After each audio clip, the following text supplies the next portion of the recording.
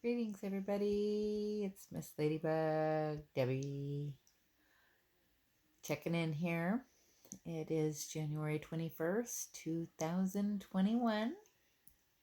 We have a new president. Woo! I'm ready for some change. I don't want to get into it and don't make comments regarding politics because I won't respond to them, but I'm just grateful for some change. Regarding having COVID, my first symptom was November 18th. I believe I was probably infected November 14th.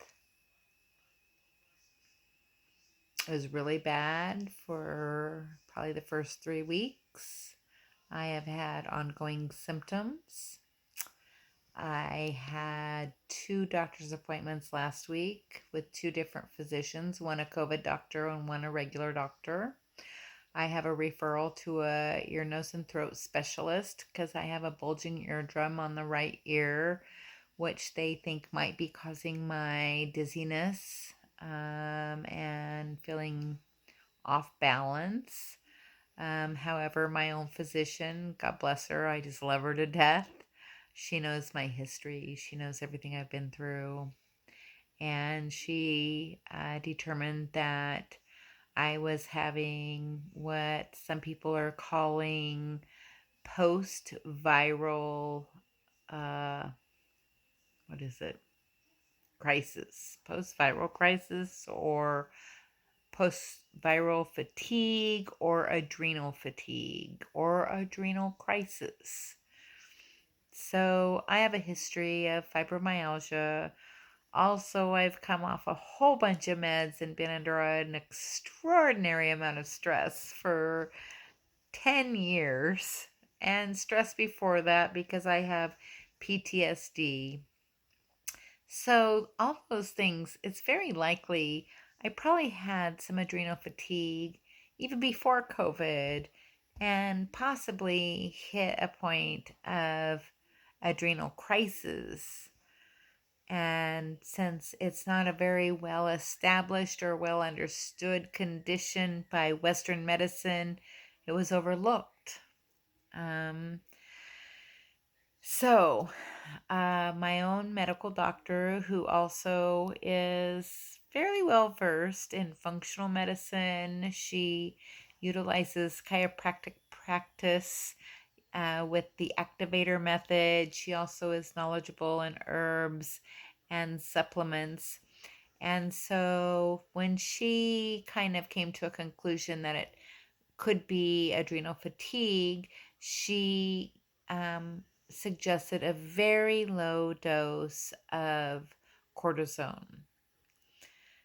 And she knows how I am with medication. She knows I have a very weird body metabolism because of so many meds and that things can affect me very differently. So we talked about it at length, and she said I could use my own judgment. So we decided to start with a very low dose, 2.5 milligrams of Cortef, and to titrate up to 10 milligrams. Well, I've titrated up to 7.5, and we have decided to hold at 7.5. I also started N-acetylcysteine, and the combination of those 2 medications over a 5-day period have made a significant difference. My fatigue is not so disabling. I've been able to actually do some chores the last few days and not ended up in a crisis and bedridden for days afterwards. I'm having a little bit better appetite. I'm not having the horrible low temperatures, although I have had some low temperatures still as low as 94.6 the other morning, but they aren't consistently low. I'm getting a little bit better sleep. And I know people that have gone through what I've gone through with pharmaceutical injury, especially with benzodiazepines. You think steroids and it's going to be horrible, and the things that you read and how they work on the GABA receptors. But I was in a crisis, and so we all are different. And I go to my own tune, and I decided that it was prudent to give this a try. And I will tell you that I actually am sleeping better. So my adrenal glands needed a little bit of support, and this is supporting them. This is going to be a short term situation. I also have, I've been consulting with a friend whose husband is a Chinese medicine doctor as well as a medical doctor, and she's studying Chinese medicine. So I have some herbs coming from her tomorrow to help balance my chi. I have also been meditating between 45 minutes to 2 hours every day. I have been very much trying to get my whole body aligned, my chakras aligned, and I have had chiropractic activator method adjustments done, and these have brought some relief. They have brought some energy, and they have helped with the dizziness and feeling completely off kilter. So, I know it sounds strange. I'm grateful for the wonderful doctor that I do have, who I have been able to develop a very wonderful relationship. And it is based on trust, and it is based on understanding of one another. And so when she made a recommendation, knowing that she knows my history, and knowing that she has my best interest at heart, I was willing to take a risk, because it was a risk. It could have gone badly. Any medication can go badly, but it didn't. And it actually is helping. And I just want to put this out there that you can read and read and read all you want to read, and you can hear people telling you their horror stories, but every person is different. And you have to make your own decisions based on your own situation. And don't let anybody ever shame you for any decision you make about your own health. Screw that. Anyone gives me any crap about anything I do about my health, unless you're sitting here walking in my shoes, paying my bills, and paving my way through life, you got nothing to say.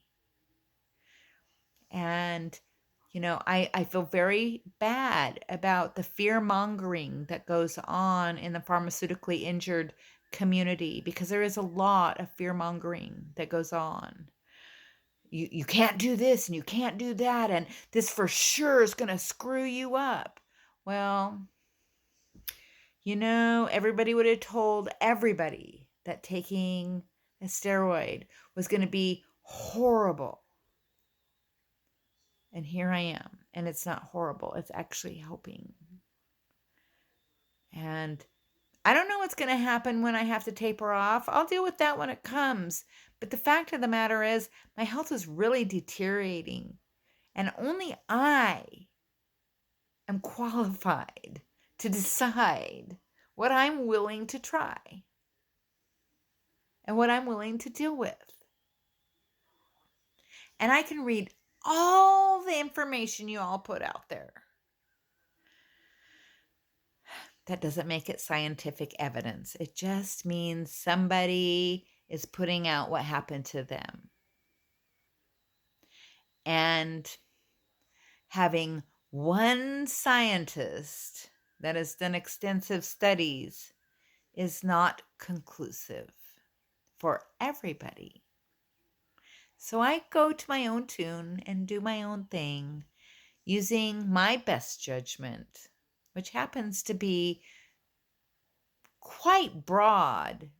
And I have a lot of knowledge from a very wide amount of input out there. I mean, I don't just go from just this little bit of these people say or those people say or this entity says. I look far and wide, and I encourage you to do as well.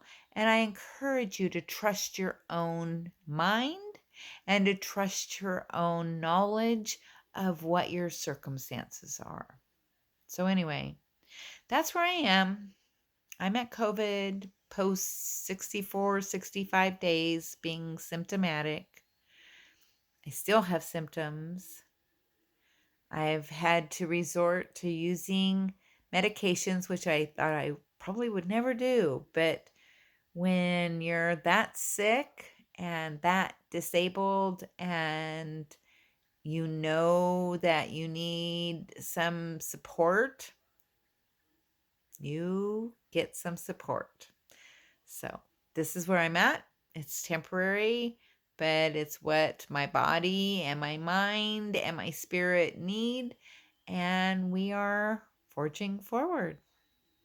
Anyway, I just wanted to give an update as a person who has gone through pharmaceutical injury and who has had COVID and who uses the most healthy choices possible to heal my body. Anyway, hope y'all are doing well, and I will update you as things continue. I am using what energy I have to work on my RV, and I am certainly hopeful that within another 6 weeks, I'm going to be in it and going about my way within a very short period of time, maybe 3 months at the most. This is taking longer than I thought. Lots of things have upset the trajectory of time, but it will happen, and that's where my focus is. That and being healthy. So, anyway, that's my update. Hope y'all are doing well. Peace. Yay! Thank you for watching. And I'm really grateful that so many people have been so supportive through this journey. Thank you.